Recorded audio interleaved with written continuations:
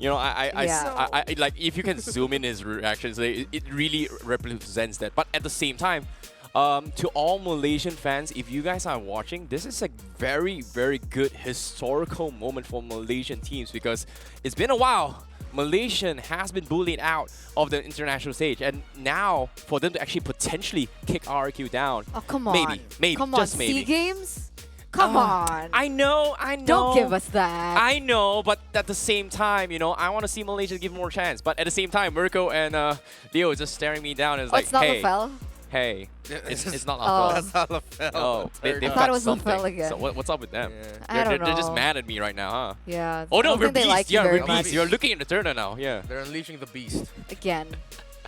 And that's exactly what RQ needs to do. They need to unleash the beast, right? So Yeah. we had a little bit of a bocoran. What's bocoran in English? A little bit of a whisper. Blunder. Leak. No, a whisper. I've We never got a heard that whisper word. from one of the casters here. It was Goni that Okay. mentioned that RQ was in another tournament and they lost really bad. Oh, a So leak. Yeah, a leak. I guess that there is a sense of them being demoralized perhaps coming yeah. into this game. I'm not really Definitely sure a factor. which roster played in that tournament as to why Naomi's not playing here as well. But RQ, they're looking lost. They're looking demoralized.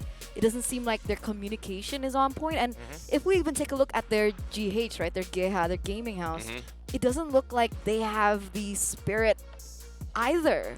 Yeah, they're deep in thought right now, and it's great that we get these glimpses in the with the players. The player cams can really tell a great story of how teams and players are feeling going into a match, going to a specific game. And right now, it's just back to redrafting, back to what are we going to do with our board, because now that we know that Homeboys has a Diggy, will we change up our banding pattern? Will we take that out? Will we leave it as an option? Will we pick it up for ourselves? So a lot of overthinking right now that is warranted because of that Diggy last pick by Homeboys. I agreed. Overthinking can be an issue as well when it comes to RRQ because they were taking an L coming from a previous series coming to this, so the morales are pretty much all-time low. So the biggest focus they should be doing right now is get a full reset, focus on like, hey, we messed up in the drafts, it's okay, we gotta redo this to give them a little bit more chance. However, for Homeboy's side, it will be that keep doing what they're doing because right now, things are looking good for Zorn because that surprise pocket pick. And what I mean by pocket pick is that nobody knew Zorn plays Enchanter. He's been known for his aggressive, and that final pick Diggy kind of surprised them. So I guess this is a time where RQ need to respect that, hey, Zorn is not just that one-trick aggressive pony. He can learn new tricks, and that is something that I think Homeboys is trying to develop over the seasons. And we'll see how this pans out, right? Coming into the draft here of game number 2, we already see a shift in a couple of things. First of all, HB and RRQ, they have opted to swap sides. So if there were any surprise picks, it should be from RRQ with the last pick. And look at the bans, right? It's completely shifted. It may appear that RRQ were just trying to feel out the enemy, right? Yeah. Try to ban out Warlord, try to respect ban all three. But now they have a little bit of an idea of what's to come, right? So the Wan, the Joy, and the Yves is going to be the choice. And these picks are just coming in really hot. Reptar, how are we feeling? Oh, the lack of a reliable poke coming in from RRQ is gonna hurt them, considering that they're up against the Melissa again. Yes, the Beatrix has the sniper; she can bring out the rocket launcher, the grenade launcher rather. But will it be able to reach a Nip who, as we saw in game number 1, was positioning incredibly well? So RQ Hoshi, they decide to take away the Kufra, considering that the Homeboys most likely will put that Faramis into the mid lane. And let's see what else RRQ are gonna pick up or take out rather. You know what's really surprising? I was very surprised that Novaria was completely ignored from both sides. Valentina over Novaria. And for them to actually kind of ignore it, Homeboys has this option where like, you know what? I don't think RRQ is going to play a double mage composition. I know Blackness International kind of brings it with Oh My Venus playing it as a Novaria. Yeah. But RQ, Actually, they're not taking this chance. yeah. They're actually denying from Zorn, which is kind of surprising. Actually, RQ, they can pull that off, right? Because we've seen that a lot from RQ themselves. And it's not only with Vin, but now with Renbo stepping in. Renbo was also a mid laner, so they can definitely pull that off. But it turns out they decide otherwise, with Homeboys now taking away the Akai option. And this is what I was waiting for. I wanted to see Versik on these high mechanical heroes.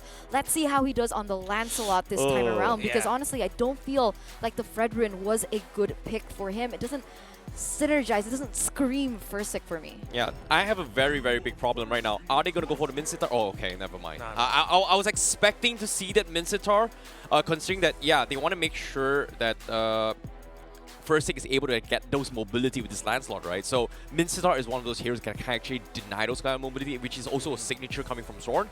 But Zorn's show, I guess we got what we wanted, which is his known flashy aggression playstyle, and this time it is going to be a tank show. Yeah, it's going to be Zornographic for this next game here for Homeboys. I like that. And Zorn, let's see if we can pull off those flashy plays. Actually, honestly, I like the Lancelot Grok pickup here by RRQ. They answered the Melissa.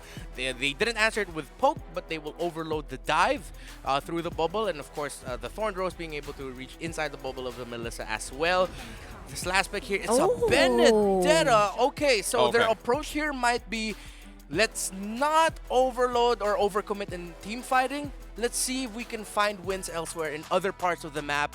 RQ might look to be more macro focused here. Look for more split pushes. You know, if you can see my camera right now, my heart is beating so hard because of the fact that I've seen Zorn playing backlines. Now he's playing aggressive, but seeing the drafts coming from RQ, I'm sorry, Malaysia, but I like RQ's drop a little bit more.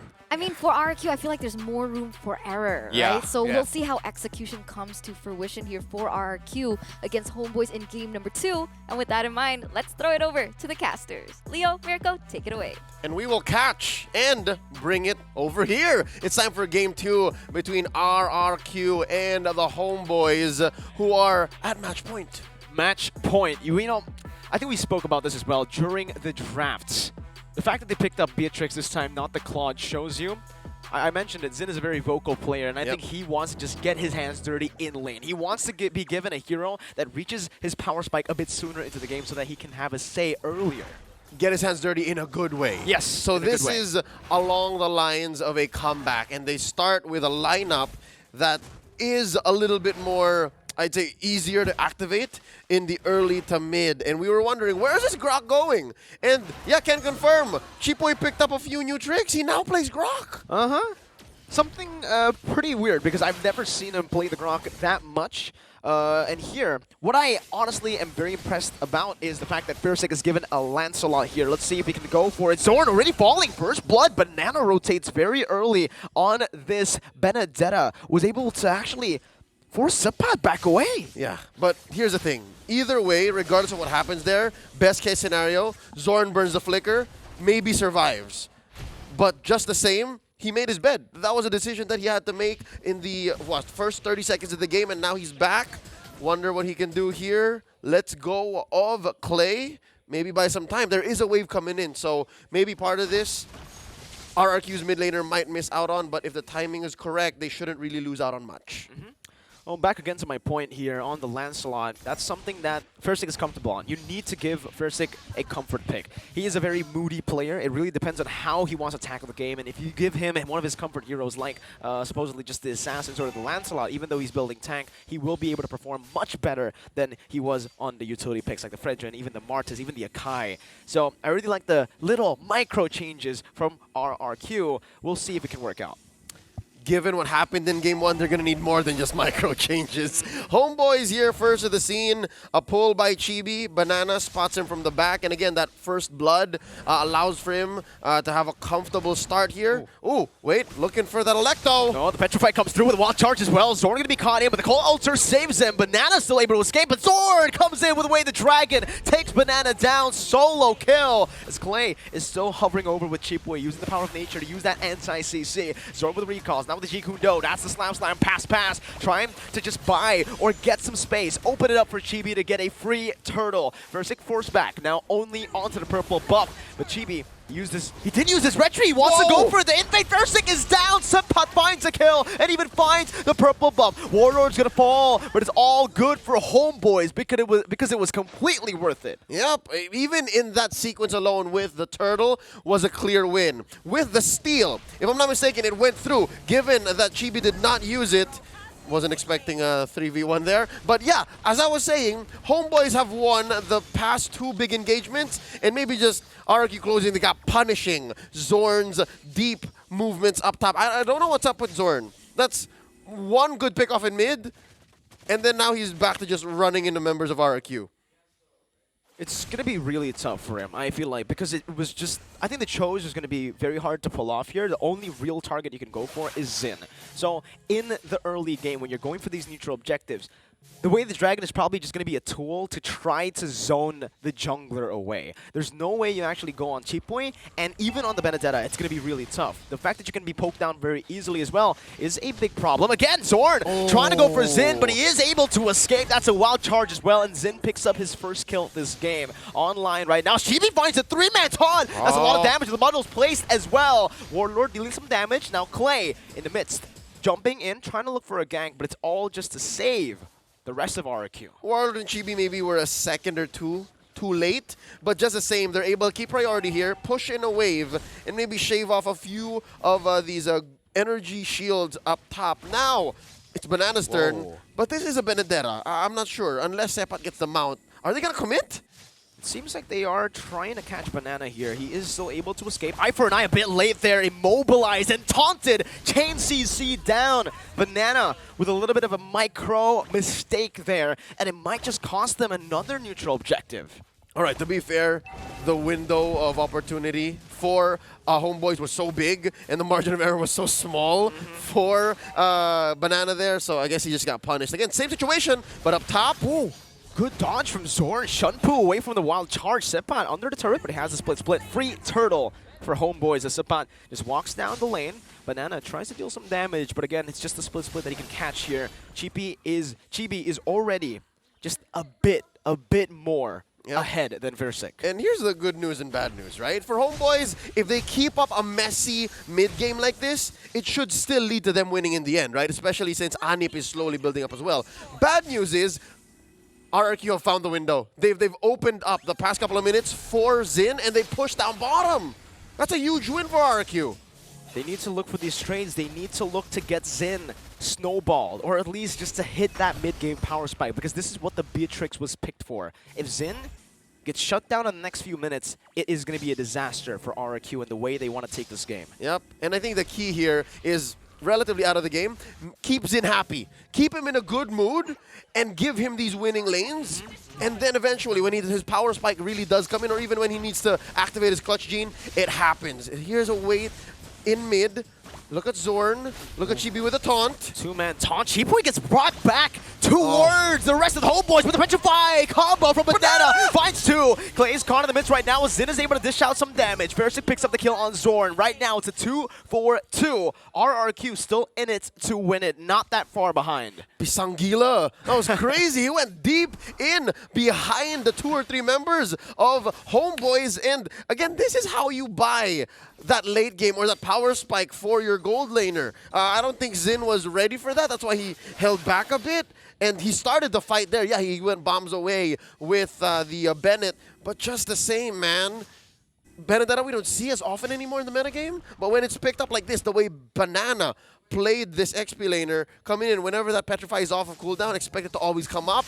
RRQ, we have a game. This is so much better than game 1. Absolutely. It's not a stomp. At least we can confirm that here in game number 2. But Homeboys are still stomping RRQ when it comes to neutral objective control. Yep. Chibi with the taunt now, trying to reset a few of his skills. Retry battle, Versik versus Chibi. Let's see who wins this. Versik jumping in now. Oh, it's going to be Chibi still with a clean Retry. Chibi with wild charge now, trying to help him out with the way the Dragon locks Versik down. The call ultra comes down and Versik will be caught. He used the Phantom execution earlier to try to go for the turtle. Zorn now recalling in front of RRQ. There's not much RRQ can do about it. They're just going to have to wait and see. Banana getting sandwiched down. Zorn again just recalling in the midst. Chipoy is trying to zone them away, but Sepat's taken quite low. He does still have the split, so it's all going to be good as Chibi. Oh, good snipe from Zin, but it's not enough to take him down. Turret tier 1 down in the mid lane. What even? Zorn here is recalling right in front of RRQ in the midst of a fight. Anything could have happened there. He could have gotten hit by a rogue wild charge, could have gotten caught by, the Terrify from Clay, but no, he understands the dynamics of the team fight so well. Homie has been playing Cho even before Skyhook and the rest of Moonton have designed the hero. Oh man, it's just Zorn. Look, what's special about his recalls is the fact that he's not just recalling to taunt his enemies. He is recalling and staying in places to just give vision. He's basically a walking ward. That's what makes Zorn really special. It's not even a joke, folks. It's a way for him to not play around and move around, but there's a kick! Again, he caught Banana, and now Clay and Chipoy looking to repair. Wild charge, but the counter comes down. No one is going to be able to dish out so much damage. Another Jikudo. Zorn is still alive! Warlord dealing damage onto the back with a go-away now. Placed down a good snipe from Zin from downtown as he's looking for some more. Ferris with a Phantom Execution, trading it back. 2 for 3 now, still in favor of Homeboys, but at least RRQ still had a say in that team fight. That's right, and again, we're talking about how Zin is just waiting in the wings to finally hit his power spike here, now approaching 9 minutes. Let's see what the gold laner from RRQ has. One core item as compared to Anip, who is just about 400, 500 gold ahead. So yeah, that's the DHS and the Corrosion Scythe up against the Blade of Despair and then the eventual Hunter Strike. Needs to wait for that Melphic Roar. I think the Melphic Roar is going to be the real power spike here for RRQ and for Zin. It's because Zorn and Sepon are untouchable right now. Zorn jumps in, trying to look for that cheeky little way the dragon, but Banana was able to escape from that one.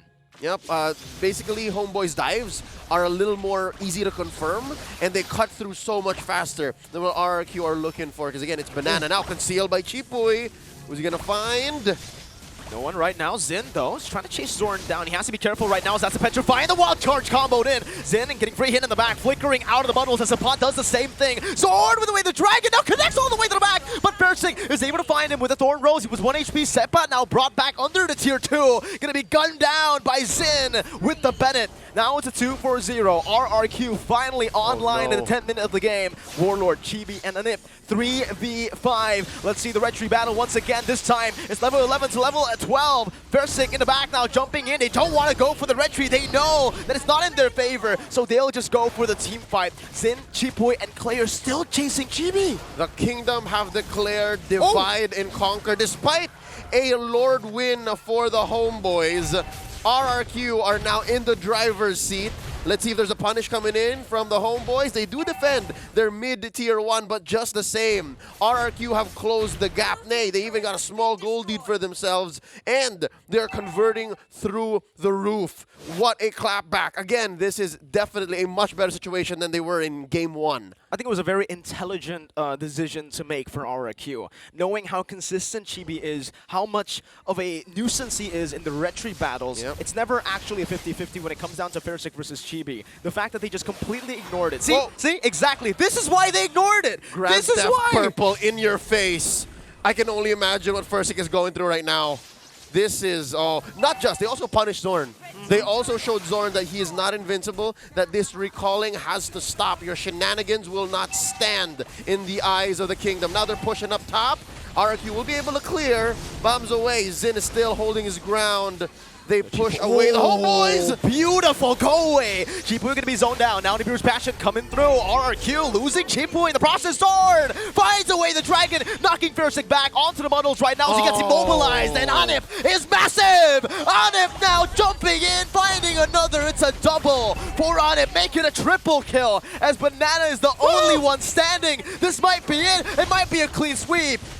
Oh, and now it's just Banana versus the world. He's still able to escape. He's still able to clear out the minion waves. 1v4. Pisangila. Dude, he's crazy. You're talking about the other members of being massive? Dude, Banana has been carrying this game.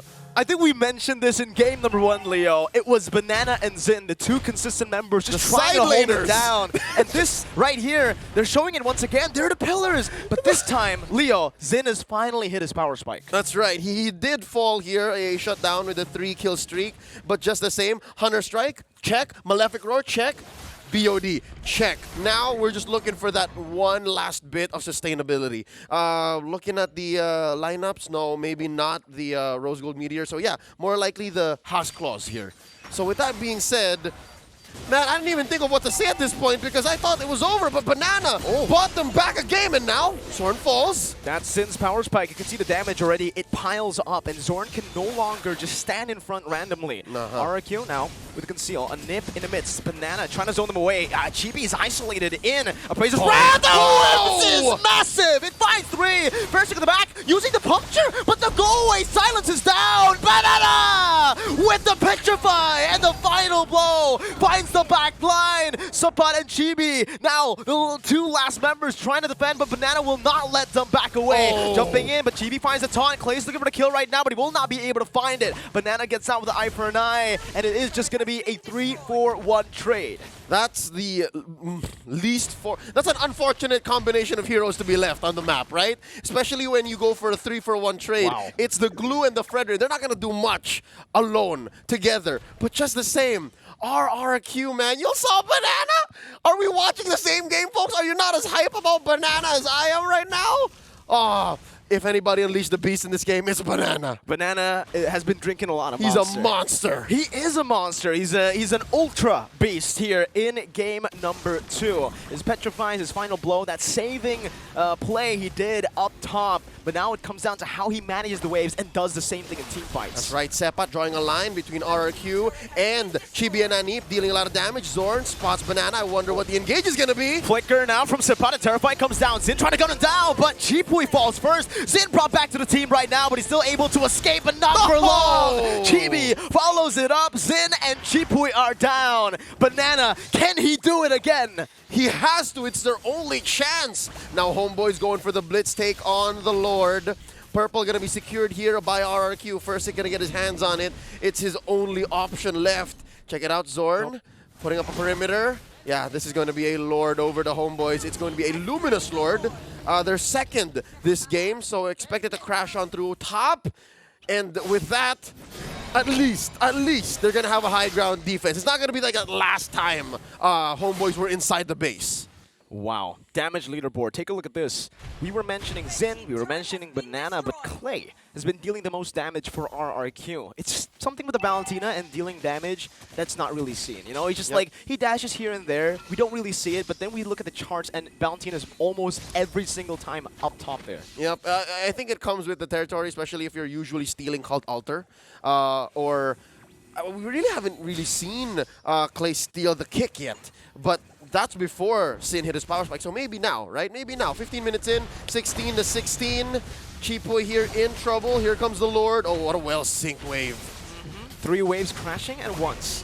Still the Enhanced Lord up top. Nibiru's passion to be popped in by Zin right now to clear out the waves right now. Banana is able to use a final blow onto the back. Eye for an eye to escape. Good escape, good distraction from RRQ. They're able to defend 15 minutes in, and RRQ do not take the L yet. Great escape, mind you. Boys like girls. Here's the thing, right? Here's the thing. Banana, he missed out on a couple of eye for an eyes already in the 16-minute game, right? But here now when it matters, he is on point. He's heated up to the point wherein everything he does just keeps RRQ in the game. Homeboys up by 1,000. Who's this Purple gonna go to? If it goes to Chibi, I don't know what to say, and it does! It does! Versik now with the roll. Chibi gonna be caught in the final blow onto the back. Now it's a 4-man knockup. Clay still able to escape forward now. Meanwhile, Zin still kiting away. The splits onto him. Zin mounted down, and Zin will fall. He brings Sipat to the base first, though. 2 for 1. RQ still in it right now as Warlord. The once RQ Senna member will be executed by Versik as he picks up a double kill. Meanwhile, the roamer, Zorn, is able to take the final base turret down in the bottom lane. We love you, old brother, but not here, not today. It looks like RRQ are going to hold on for just a little longer, about a minute until another Lord comes up. So yes, we can expect this Lord to be evolved, and it's going to matter. It's the kind of Lord you just don't want to leave hanging. You want to march with this Lord. He's going to put marks on your opponent, and whenever you hit him, it'll deal extra damage. It's going to suck for your opponent. But just the same, if you're a member of the Kingdom, you're living for this. RRQ are back in this game, and they're turning the map red. Thing is, they've already lost 3 base turrets. Is it too late for them to make a comeback here, to mount a comeback? No, it's never too late, especially with the way that they've been playing. Yeah, Xin has been caught out by Sepat a little bit longer, but just the same, Anip has been standing his ground where he shouldn't have more often in the past 5 minutes. So yes, I think it's not too late, especially with how Banana just seems to be getting better by the minute. It's crazy. It's crazy to think that he's able to dive in as deep as he has and not die. It's been a while since Banana died, bro. What's his nickname? You gotta come up with it right We'll work it out. We'll work it out. But right now, I'm just happy to be here. Look at this Lord here, less than half, fifth of his health. Who's gonna take it? Red Tree Battle Versik wins it for the first time in this game. But what is Anip doing in the bottom lane now? They're trying to just force RRQ back, but that's exactly what RRQ want to do. They just want to disengage, and they want to utilize this enhanced Lord. Yep, it's gonna march through mid. More likely, Homeboys are gonna make quick work of it, unless Zorn is in the back. He's looking for Xin right now. Look If at he that finds angle. Xin, this is going to be disastrous. He uses the G Kundo, so he will not be able to look for an opening for now. RQ still doesn't know. That's going to be the Renner shot. Onto Sapat, not connecting. Now to the mid lane, but look at Xin. It all comes down to how Xin does this. Oh, Versik finds the kill with the poke and the kite from Xin. Now Banana with the final blow. Clearing out the wave. They finally spotted Zorn out. He is in, but is he too late? It is too late for him. The call altar comes down. Now it's going to be Warlord who's going to be caught. Now as the Muddles gets placed down into the mid lane. Renner on Xin. Now with a shot. Anip barely able to dodge away from that as Clay jumps forward. Now getting the free Muddle hits onto the back. Now jumping forward with the Inspire. Anip versus the world. He's dealing a lot with a go away. Versik isn't able to penetrate it. And RRQ are once again forced back. for the first time, RRQ have not only crossed the river on the offense, but have penetrated the Homeboys base. Mid lane is bleeding, mid lane is hemorrhaging, and RRQ are now sitting pretty at 4,300 gold ahead. Let's look at these item builds right now. Xin is... He's waiting to just go barefoot here. He can just let go of the boots at any given moment, especially when they're inside the base. Looking at the Clay as well, he can also just let go of the boots. Just pick up something nasty, like what, Blood Wings, if he wants to. Because again, I think in that last moment, I think what killed Sepat and what also put Chibi down was the fact that Anip was compromised. He got hit by the Terrify. It was so hard. Even if you do press on the Inspire, even if you are rocking a Melissa with a Haas clause and everything, all but he's also barefoot now, by the way, folks, if you don't know. It's so hard. It's not as easy. You gotta give it up to Clay, right? The fact that I like that you mentioned that Terrify really gave RRQ the win in that team fight. Because if Anip was able to free hit there, it's he popped over. the Inspire. That's right. It would have been a wipeout or close to it. 3 for 0 at least. With the way Banana's been playing, yeah, it would have been a wipeout. And he did not even use the Petrify then, right? So this allows RRQ to reset and wait. He gets spotted. Oh, no, not Banana, not like this, not in the state that he's in right now. He's in a state of flow. Yeah. Psychiatrists will want to study his brain after this. For sure, The for true sure. clutch gene found in RRQ's XP laner. But no, back to the main story here. RRQ, yeah, you're asking if is it enough for them to make a comeback? Look at the map now. It's better for RRQ. It does look better, especially the fact that they got the base turret in the mid lane. But the side lanes are still going to be very hard to micromanage. These waves are going to be slow pushing constantly towards RRQ. And Banana, again, will have to play that role. It will come down to how Banana micromanages the waves. That's right. It's all on Banana. Now Versik looking for a pull. It's 3 versus 1. Chipui following up. And they want to give Xin this orange buff first. So they secure it. Now, where is Zorn? That's a scary thought to think how Zorn might actually find one. Wait, Sepat! What? Gets taken out? Xin with the meltdown now. That's what the DHS Hunter Strike and Melphic Roar combo does. Woo! So much damage on his hands. All right, that's a 4v5. Clear advantage for RRQ. They're going to utilize this 3.8k gold lead as well. Zorn going to be spotted there. Shipui pops into conceal. Zorn escaping, but Banana chases him down. Xin is doing the same thing now. The GB with the Razor's Wrath! It finds Xin! He stood there. He just took it. That's right, and he stacked up the damage. All of the Crystal Energy Shield translated to Zin's life, and it just took one hit. That's it. It was so worth it for RRQ. That's a one-hit KO. But that turned everything around. Chibi is now full HP back again, and it's gold lane for XP. Not a trade you want to be going for at all. Not just, they're also 20 seconds behind. Oh. Even if this trade happened, if it happened earlier, then maybe they can both reset. But now, RRQ, they're lacking firepower. It's up to Fairsick now.